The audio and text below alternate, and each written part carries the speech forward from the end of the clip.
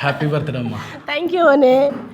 ഞങ്ങളുടെ കൂടെ ഒരുപാട് കാലം ജീവിക്കാൻ വേണ്ടി സർവേശ്വരൻ അനുഗ്രഹിക്കട്ടെ. ഒന്ന് പോടാ, അല്ല അന്ന് തമാശ. പെൻഷൻ കിട്ടാറായോ?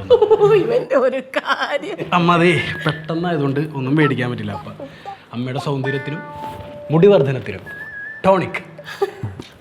എന്റെ പൊന്നുമക്കളെ, അമ്മയ്ക്ക് ഈ സൗന്ദര്യമൊക്കെ മതികളായ. നീ ഒരു കാര്യം ചെയ്യ്, നീ തന്നെ അങ്ങ് വെച്ചു. ആരോഗ്യ ദൃഢമായ ശരീരമാണ് നമുക്ക് ആവശ്യം. എന്നാ അമ്മയ്ക്ക് എന്റെ വക പ്രോട്ടീൻ പൗഡർ. എന്റെ പൊന്നുമോനെ, അതും അമ്മയ്ക്ക് വേണ്ട. നിങ്ങളൊരു കാര്യം ചെയ്യ്, നിങ്ങളുടെ അച്ഛൻ ഇച്ചിരി ആരോഗ്യത്തിന്റെ ഒക്കെ കുറവുണ്ട്, മക്കൾ കണ്ടു അച്ഛന് കൊടുക്കത്. അച്ഛനെന്ത്? അച്ഛൻ പ്രായം കൂടുന്നവരും ഗ്ലാമറായി വരും. ആ മതി മതി മതി, സമ്മാനാകൃതി. പായസം കുടിച്ച എല്ലാരും കുടി. ഒരുമിച്ചിരുന്ന് കഴിക്കുന്നതും പ്രാർത്ഥിക്കുന്നതും ആടാ ഒരു കുടുംബത്തിന്റെ ഏറ്റവും വലിയ ഐശ്വര്യം, അല്ലേ?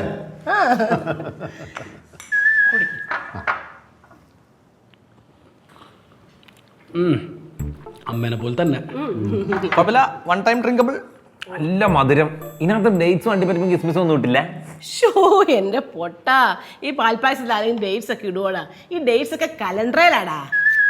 ബർത്ത്ഡേ ചിരിച്ചിരിച്ചോ.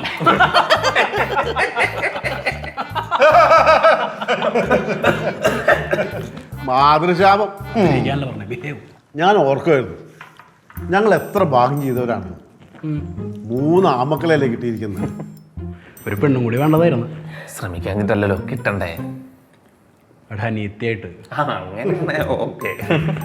നിങ്ങൾ നോക്കിക്കേ, ഞങ്ങൾ എത്ര ഹാപ്പിയായിട്ട് ജീവിക്കുന്നത്.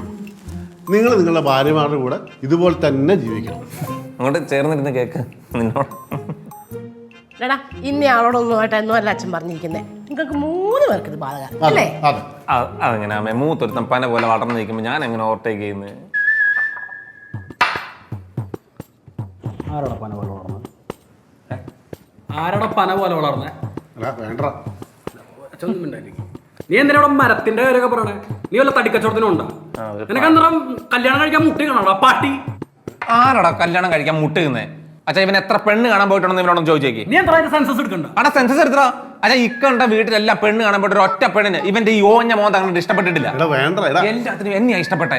എന്നിട്ടും ഞാനൊരു ജെന്റിൽമാൻ ആയതുകൊണ്ട് മാത്രം ഒന്നിനോട് പോലും ഞാൻ എസ് പറഞ്ഞില്ല. ഹലോ, ആര് പറഞ്ഞു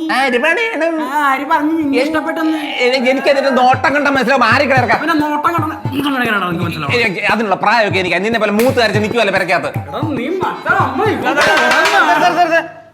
നിങ്ങൾക്ക് കെട്ടായിരിക്കുക എന്താന്ന് വെച്ചാൽ ചെയ്തോ. എന്റെ സമയമാകുമ്പോ എനിക്ക് ബ്ലോക്ക് എന്നാണ്ടല്ല, ഞാൻ പറഞ്ഞേക്കാം. അത് പറയുന്നത്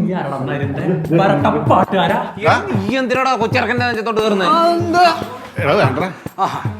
രണ്ടുപേരും കൂടി ടീമായിട്ട് ഇറങ്ങിയാണല്ലേ? രണ്ടുപേർക്കും കല്യാണം കഴിക്കാൻ തോന്നണ്ടല്ലേ?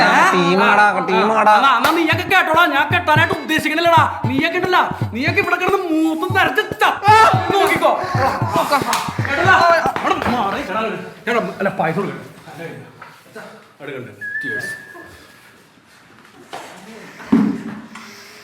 Happy birthday. Thank you.